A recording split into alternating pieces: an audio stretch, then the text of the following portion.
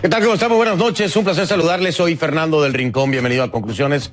Nos vamos de inmediato con las 5 del día. En el número 5, Trump. Argumento insuficiente. El presidente de los Estados Unidos, Donald Trump, defendió a su hijo y lo definió como abierto, transparente e inocente en referencia a una entrevista que concedió Trump Jr. a una cadena estadounidense y descalificó la controversia sobre su conexión con Rusia, asegurando que se trata de la más grande cacería política de brujas de la historia.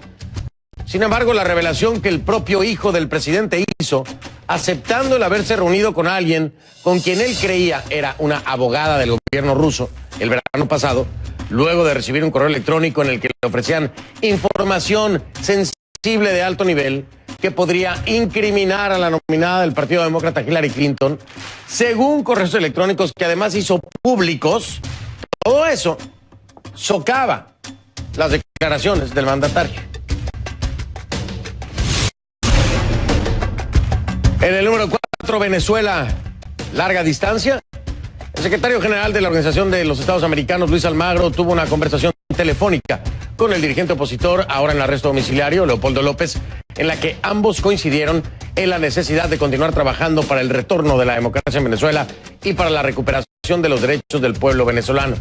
Enfatizaron la urgencia de poner fin a la represión, un calendario electoral integral, la apertura de un canal humanitario, el restablecimiento de las facultades de la Asamblea Nacional y la libertad de todos los presos políticos, incluyendo la del mismo Leopoldo López. En el número 3, Guatemala. ¿Y la moraleja? La Corte Constitucional ordenó al presidente Jimmy Morales designar a 6 nuevos gobernadores departamentales en los próximos 4 días. De acuerdo a la sentencia, Morales sobrepasó la Constitución al nombrar a los gobernadores anteriores sin tomar en cuenta la propuesta de los consejos departamentales de desarrollo como lo establece la ley. El presidente aún no se ha pronunciado sobre la sentencia, pero el jueves pasado aseguró que obedecería a la decisión de la Corte Constitucional. En el número 2, Venezuela. ¿Llegó Odebrecht? La fiscal 55 del Ministerio Público citó en calidad de imputadas a 2 mujeres por las investigaciones relacionadas al caso Odebrecht. La fiscal general de Venezuela, Luisa Ortega Díaz, destacó que los funcionarios públicos involucrados en el caso de corrupción más grande de América Latina en los últimos años comprometieron el patrimonio del Estado y aseguró que el Ministerio Público realizó las investigaciones y tienen en su poder los contratos de las obras que la empresa desarrollaría en el país, que los funcionarios no les hicieron seguimiento a las obras y muchas no fueron ni culminadas. También reveló que muchos recibieron comisiones.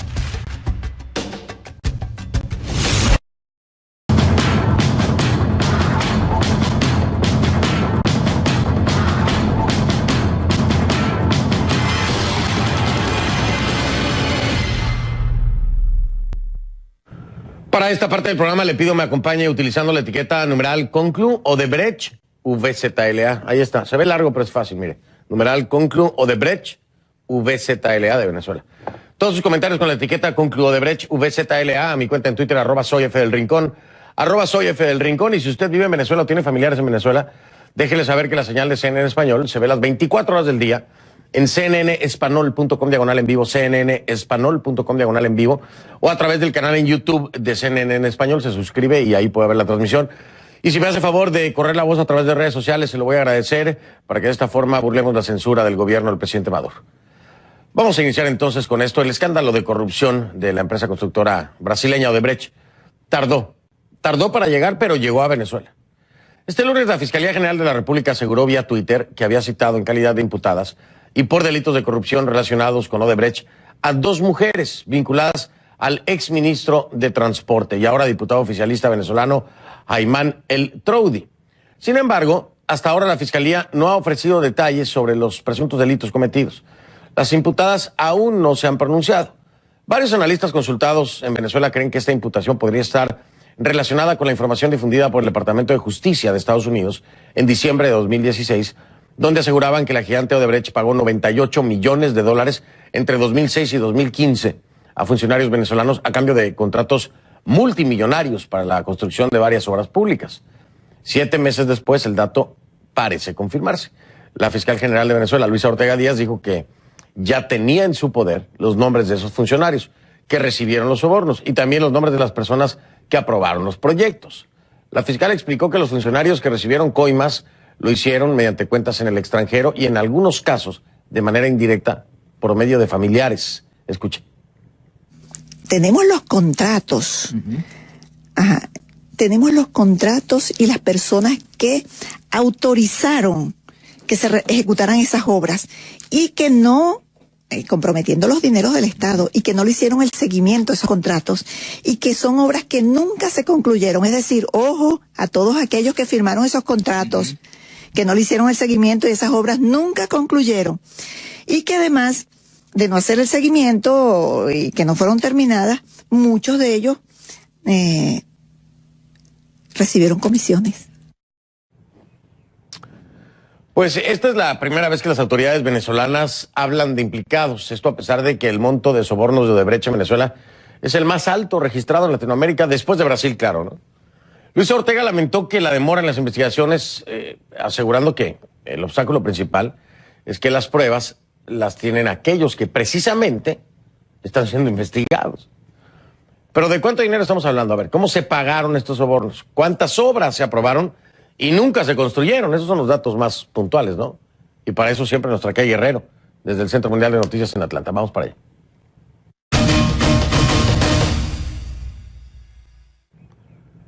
Mi querida Kay Guerrero, buenas noches. A ver, el impacto del daño de este escándalo de corrupción de Odebrecht en Venezuela, ¿de cuánto es? ¿Cómo de qué tamaño? ¿Y qué datos concretos tenemos de acuerdo a tu investigación, mi Kay? Adelante. Hola Fernando, según el portal web de la empresa Odebrecht, dicen que desde los años 80 han construido 10 obras en Venezuela y que mantienen otras 10 que están inconclusas.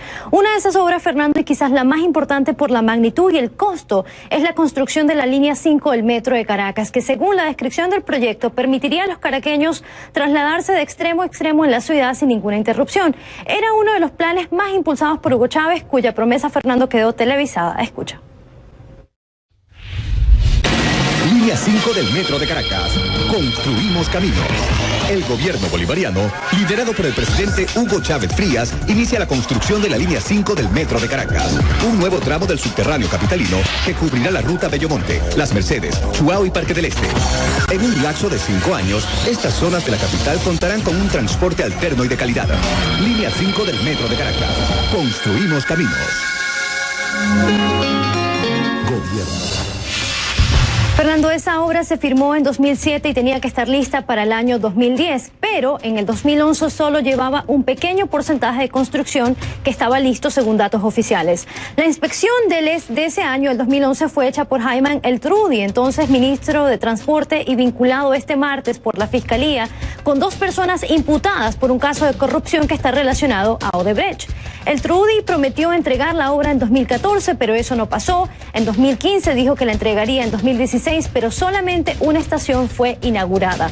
Toda esa información, Fernando, se puede constatar en ese documento que tienes en pantalla del Ministerio de Transporte de Venezuela, que señala ahora que la obra no se completará hasta el 2020, que hasta el 2015 solo habían construido un 23% de la misma, que la meta física de construcción para el 2015 fue del 16%, pero solamente se completó un 1,9%, y que hasta el momento, Fernando, presta atención, habían gastado más de 1.700 millones de dólares.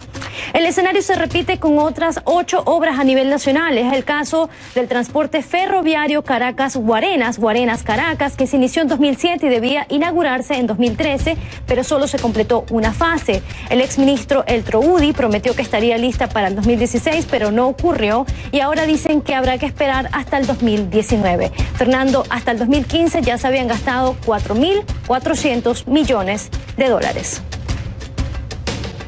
Es importante destacar, Fernando, que los cálculos de gastos en dólares para estas obras la estamos haciendo tomando en cuenta la tasa preferencial promedio más baja del año 2015 en Venezuela, tasa a la que tiene acceso el Estado venezolano y que para ese año se mantenía en un 6,2 bolívares por cada dólar. Hoy en día, Fernando, esa misma tasa está valorada en 9,9 bolívares por cada dólar. También señalamos que hicimos muchos intentos para comunicarnos con el exministro El Trudy y preguntarle sobre estas irregularidades Judiciales y el pronunciamiento de la Fiscalía sobre el caso Odebrecht que la menciona, pero hasta ahora, Fernando, no hemos tenido éxito. ¿Cómo la ves? Pues yo creo que sí, tuviste un éxito enorme con esta investigación, que mejor documentada no puede estar, además con los tiempos y con un esquema de operación que es el que se ha visto repetido en diferentes países de Latinoamérica con el tema de Odebrecht. Obras que se iniciaron, incrementaron en costo, nunca se terminaron y no se les dio el seguimiento. Así que yo la veo como que tú sí tuviste mucho éxito. Gracias, Fernando. Muchas gracias, Mickey. Gracias, Fer. Gracias. Gracias, Kay Guerrero, en vivo desde nuestros estudios en Atlanta con esta gran investigación. Ahí tiene usted. Sígala, @KGuerrero CNN en Twitter, @KGuerrero CNN en Twitter. Si se quiere informar, hágalo con ella. Voy a hacer una pausa, regreso con el tema, continúo con el tema Venezuela. Llegó Odebrecht.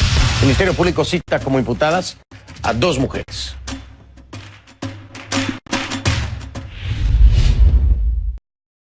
Acompáñame.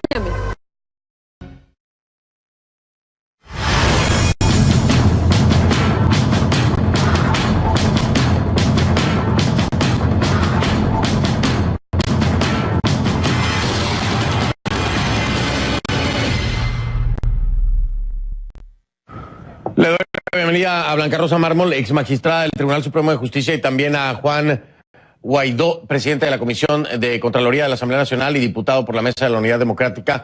Ambos nos acompañan desde Caracas.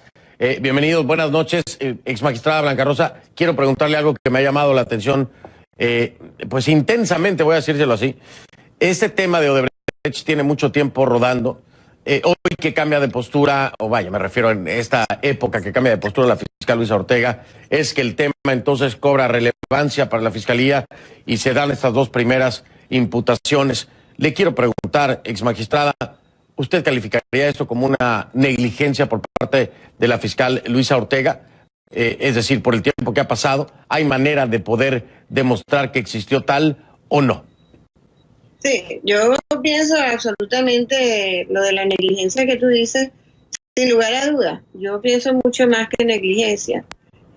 Nosotros hemos asistido a una pérdida de las instituciones totales en Venezuela y este súbito despertar de la fiscal, ya lo he dicho, bienvenido sea en el sentido de que cumple con su deber, decidió hacerlo, hacer respetar la Constitución, el debido proceso, y es en esa vía que ahora se hagan estas investigaciones y estas imputaciones en el caso de Odebrecht.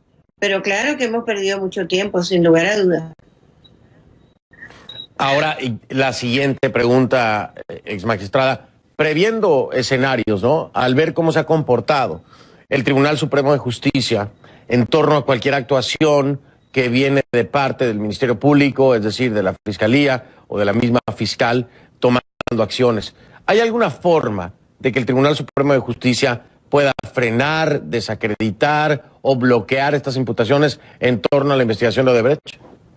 Sí, ya están preparando las acciones, porque yo veo que hoy salió también una decisión de esas que, como el Tribunal Supremo de Justicia ahora saca decisiones en serie y en nocturnidad y en cualquier circunstancia que se nos pueda ocurrir, hubo una relación a la capacidad del Ministerio Público de imputar o no ante sí, es decir, dice que solamente en la sentencia que puede solo imputar ante el juez de control, con lo cual evidentemente le quiere restringir sus capacidades para, en vista, por supuesto, a estas investigaciones. No queda otra explicación posible, porque de otra manera no se entiende por qué una decisión de esa naturaleza a estas alturas, interpretando entre comillas el Código Orgánico Procesal Penal. De ser así, de ser que el Tribunal Supremo de Justicia busca bloquear precisamente la acción de imputación por parte del Ministerio Público, ¿hay alguna otra forma en que pueda responder la Fiscalía para no permitir que se entierre una investigación tan escandalosa en Latinoamérica como es el caso de Odebrecht? Bueno, yo pienso que de todas maneras, quieran o no que se haga la imputación ante la fiscal, como lo han determinado en esta decisión, siempre la fiscal puede hacer la imputación ante el Tribunal Supremo si fueran funcionarios de ese estatus que así lo ameriten, o lo hace ante el juez de control. Yo creo que podrán hacerlo más difícil, pero no impedirlo. Pero no impedirlo. Permítame, ex magistrada, un momento entonces ahora para ir con el presidente de la Comisión de Contraloría de la Asamblea Nacional, con el diputado Juan Guaidó. Juan, preguntarte, ¿qué información tienen ustedes en torno al caso de Brecht? Algo que incluso aquí en Conclusiones hace mucho tiempo ya habíamos mencionado, porque en parte de la investigación Lavallato aparecía el nombre del presidente Nicolás Maduro. ¿Qué información tienen ustedes?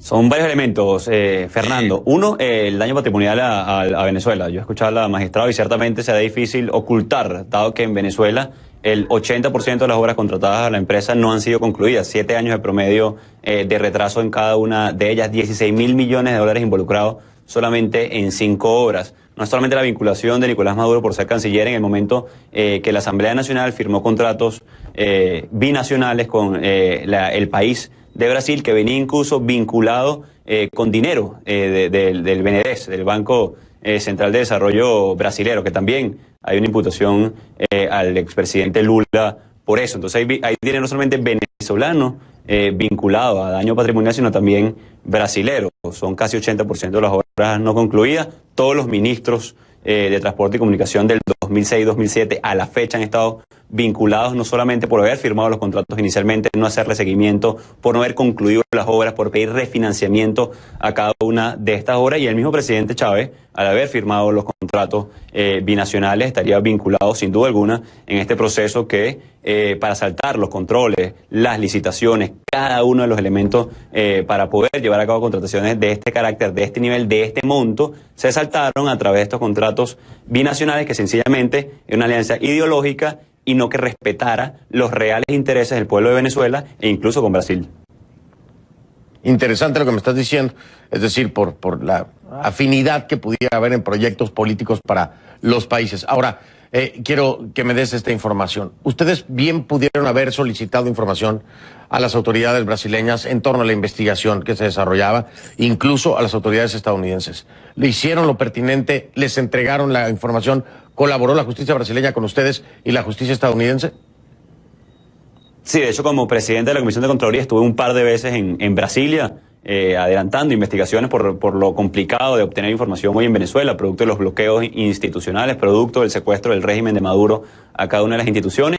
Recordemos que había una delación premiada para Marcelo Odebrecht por haber colaborado con la justicia brasilera. Hasta el 1 de julio había ese sigilo legal en la ciudad de Brasilia o en Brasil en general, y a la fecha, que fue uno de los que generó más ruido, sobre todo en Brasil, se amplió ese sigilo. Aún así hemos ido obteniendo información, no solamente por la vía de Brasil, por vía de investigación incluso periodística. Un gran reconocimiento, por cierto, a los periodistas, no solamente de Venezuela, Brasil, sino de la región, que han hecho un gran clúster de información para poder ir sacando muchos de estos elementos a la luz pública, poder avanzar con las investigaciones, sobre todo en países como el nuestro, como hoy, como Venezuela, que ha sido muy complicado el acceso a información oficial.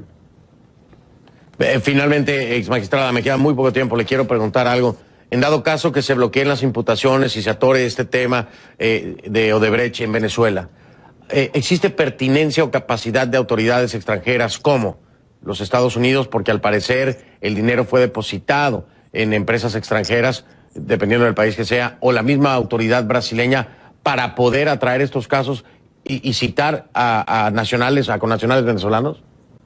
Bueno, yo pienso que sí, que aunque el asunto hay que estudiarlo bien, hay un dinero y hay unos bienes que están en esos países de cuyo origen no se tiene certeza, y sí se tiene, por supuesto, la sospecha de la ilegalidad de los fondos. Son fondos que no se pueden justificar, que pueden bloquearse, que pueden congelarse, que pueden pedirse explicaciones en lo que se refiere a lo que está en esos países. Y indudablemente eso vendría a completar la situación aquí en cuanto a la responsabilidad penal que tendrán que enfrentar aquí en Venezuela. Pues quiero agradecerle, sé que es poco el tiempo y hay mucho más por hablar, pero le vamos a dar tiempo a que respire porque esto continuará. Así que, Juan Guaidó, seguramente estaré molestándote de nueva cuenta, ex magistrada. Mil gracias de nueva cuenta. Gracias a ustedes por el interés. Buenas noches. Gracias, Fernando. Gracias, saludos. Buenas noches, gracias. A ti, saludos, gracias. Hago una pausa, entonces regreso ya para el cierre de conclusiones. No se vaya porque hay algo importante que tengo que decirle y aclarar al regresar.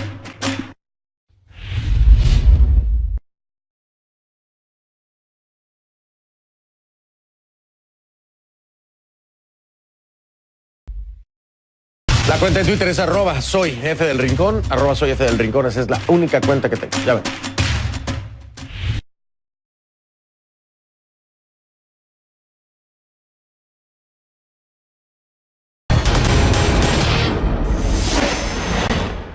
El presidente de Estados Unidos, Donald Trump, suele atacar a los que él llama medios falsos o fake news.